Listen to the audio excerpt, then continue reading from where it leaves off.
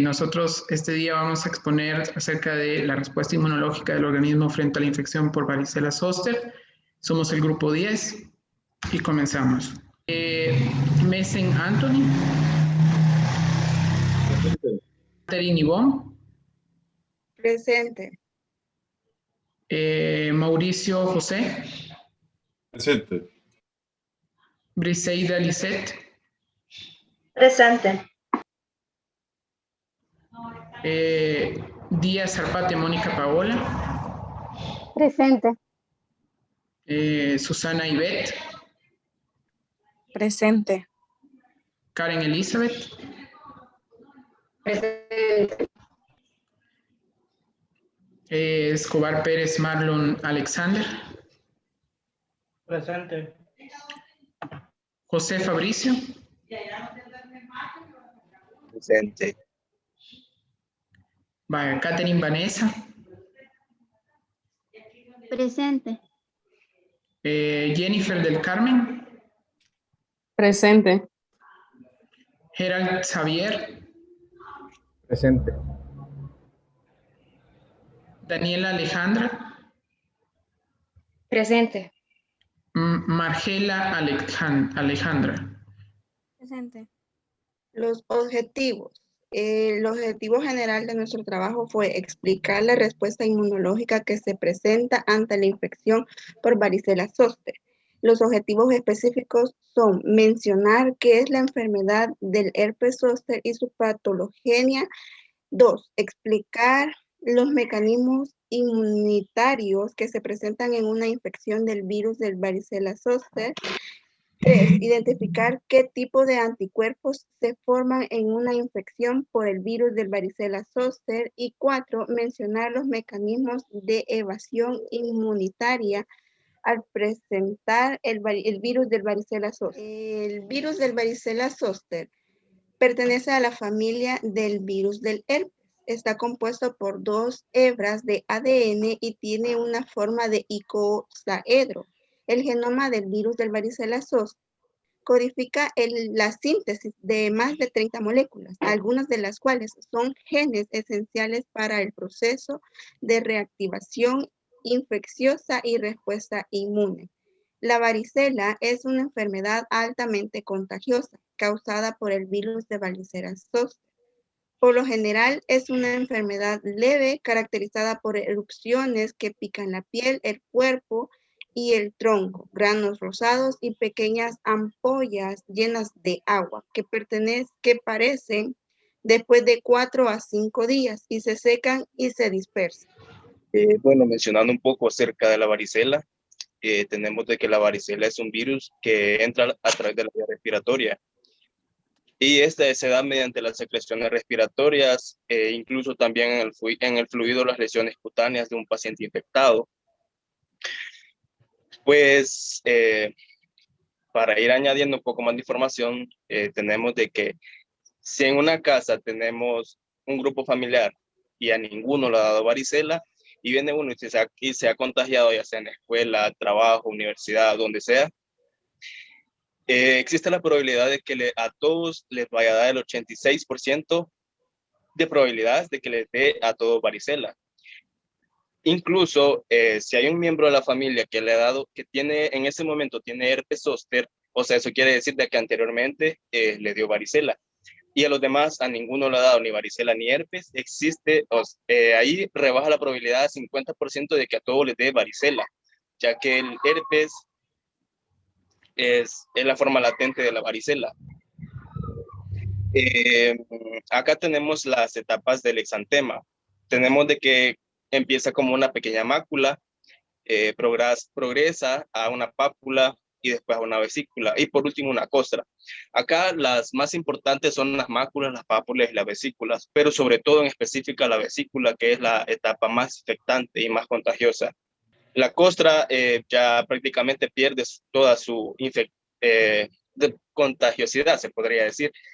Ya no se puede transmitir así la varicela.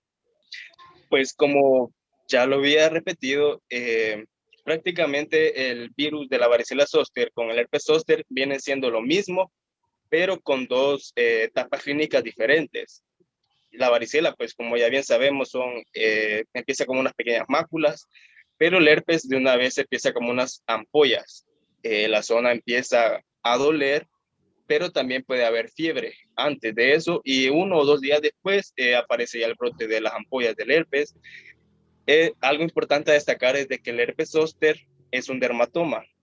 ¿Qué quiere decir que es un dermatoma? Un dermatoma es una zona de la piel que está inervada por un nervio espinal, como acá bien tenemos en la imagen.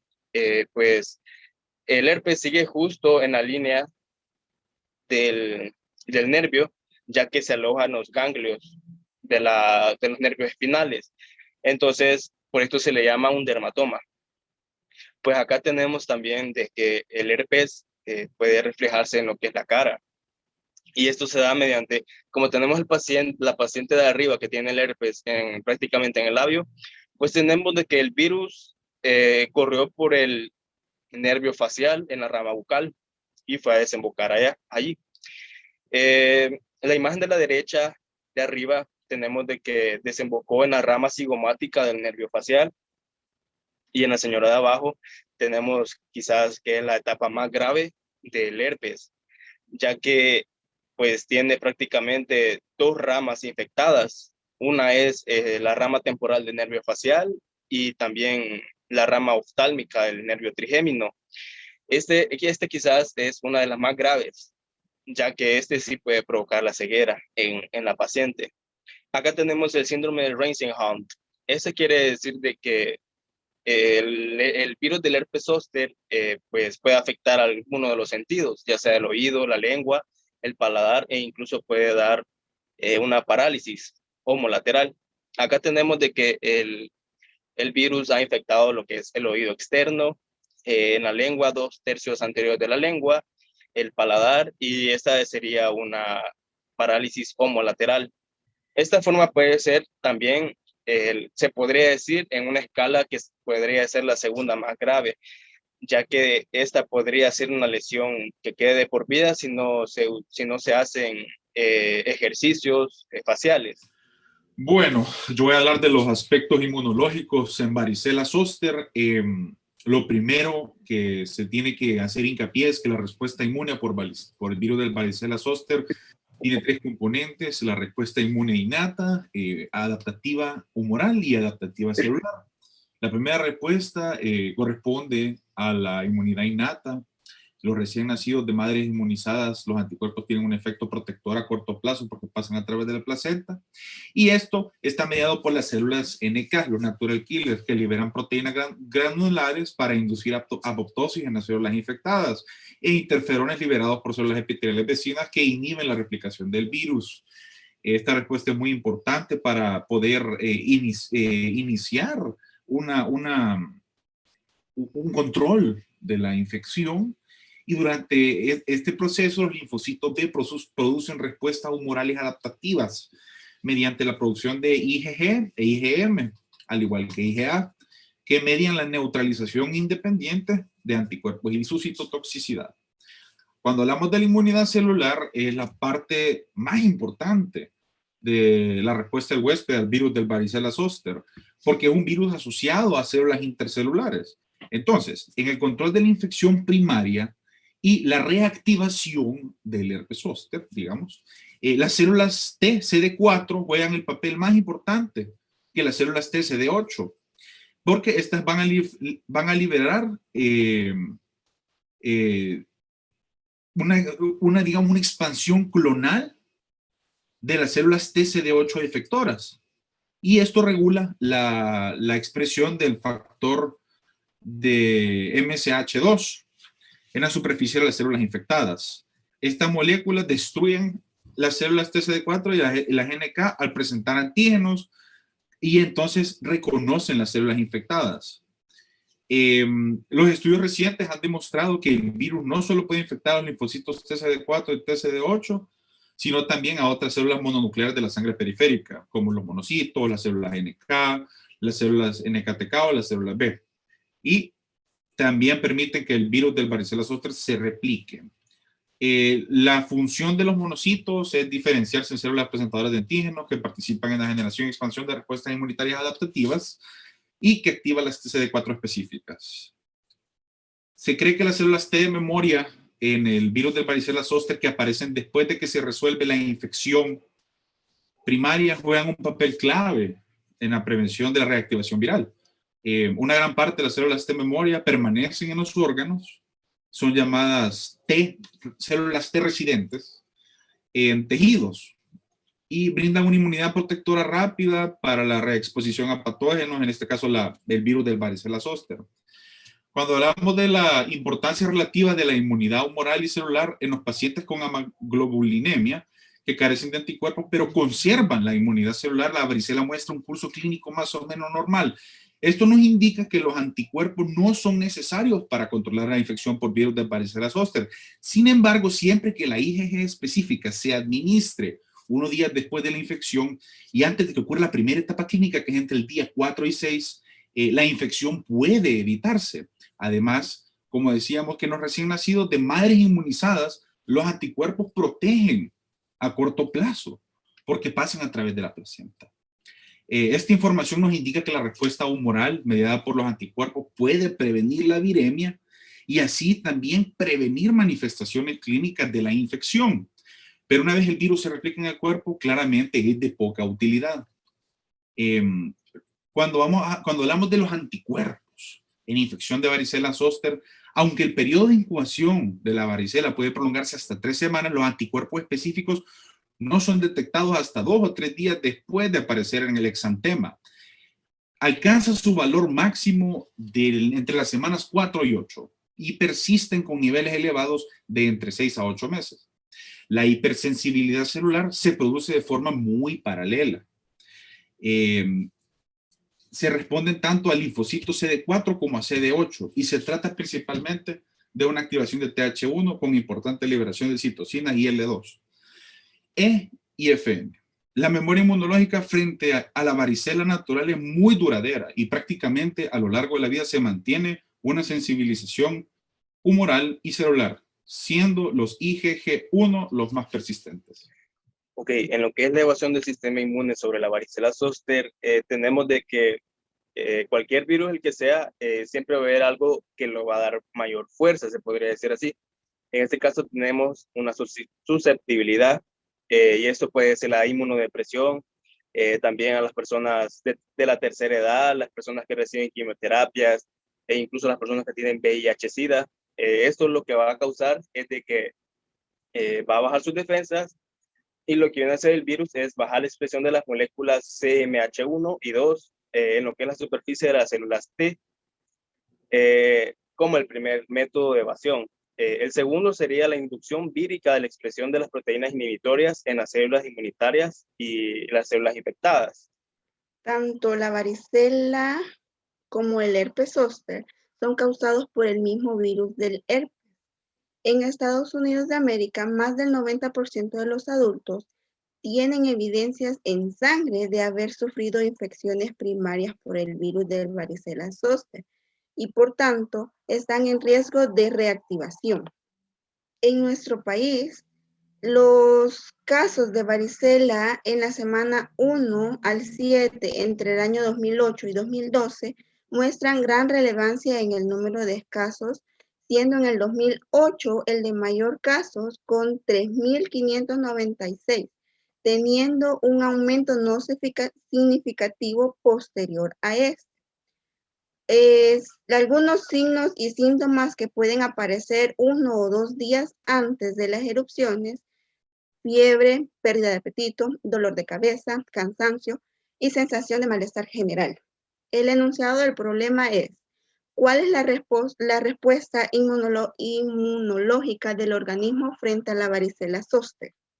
Pues acá tenemos de que en la justificación, la intención de esta investigación se basa en que los estudiantes de la cátedra de inmunología del ciclo 01-2021 obtengan la información general sobre la reacción del sistema inmune ante el virus de la varicela zoster, ya que a lo largo de la carrera o incluso en el diario vivir de la profesión siempre se presentarán patologías como esta.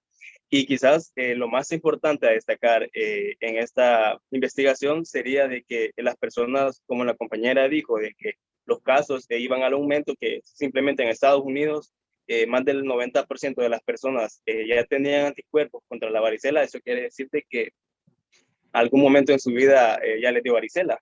Entonces, eso quiere decir de que tienen latente el virus del herpes, por lo que en algún momento, según su edad vaya avanzando y su sistema se vaya debilitando, les va a provocar un brote, quieran o no.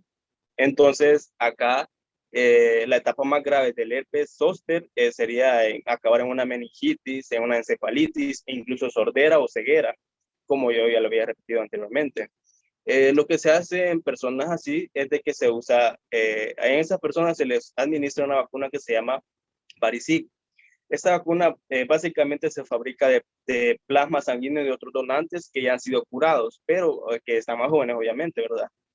Básicamente viene siendo como lo de la pandemia actual, de que unos pacientes se curaban y le administraban el plasma sanguíneo de este curado al que estaba enfermo. Entonces, básicamente viene siendo similar lo que es esta vacuna. Algunos otros tratamientos que se utilizan para lo que es el herpes viene siendo lo que es la ciclovir, pero no en todos los casos ayuda al 100%. Básicamente solo ayuda a los que ya están inmunocomprometidos.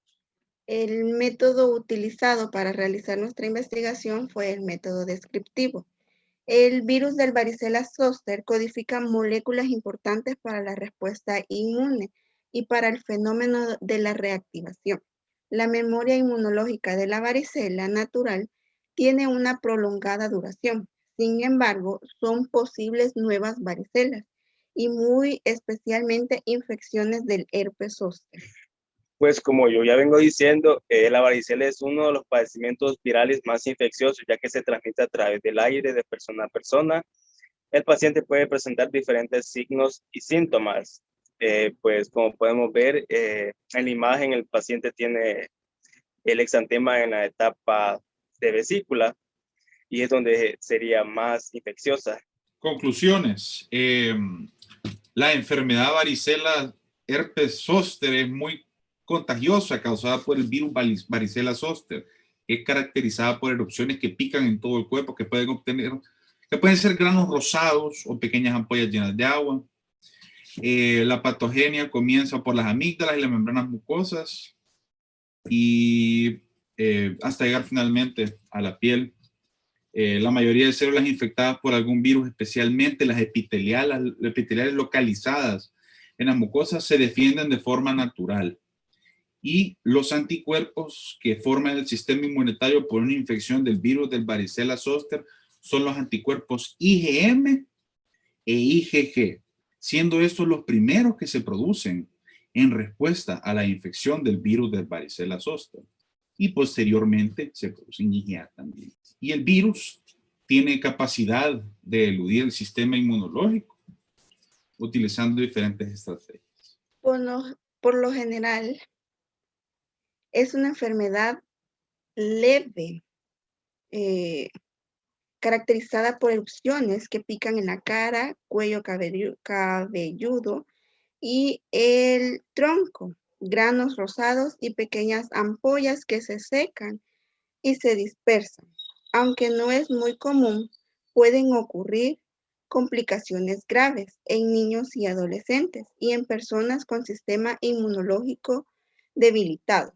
La respuesta inmune a la infección por el virus del varicela zóster tienen tres componentes: la respuesta inmune innata, la adaptabilidad humoral y celular. Las recomendaciones son: las medidas de aislamiento son fundamentales para contener los brotes de varicela. El mantener altos niveles de inmunización contra la varicela en la respuesta inmunidad resulta algo crítico para controlar su contagio. Se recomienda la vacunación contra la varicela para proteger los brotes de esta enfermedad. Existen algunos mecanismos para modificar y prevenir la enfermedad en los contactos cercanos a los casos. Si se administra en el término de 96 horas después de la exposición, cada en personas de alto riesgo expuestas a la varicela. Muchísimas gracias.